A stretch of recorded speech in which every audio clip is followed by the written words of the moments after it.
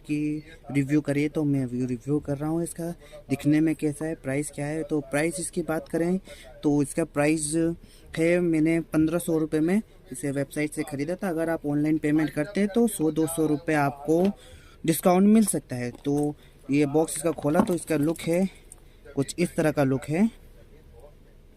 जब ओपन करेंगे, इसे कनेक्ट करेंगे मोबाइल से, तो कुछ इस तरह से प्रीमियम एक गोल्डिश और सिल्वर कॉम्बिनेशन है। तो ये देख सकते हैं कि इस तरह का ये लुक दे रहा है। और इस बॉक्स के अंदर क्या है मैं आपको दिखाता हूँ। इस बॉक्स के अंदर ज़्यादा कुछ नहीं, वो नॉर्मल सी चीज़ें होती हैं।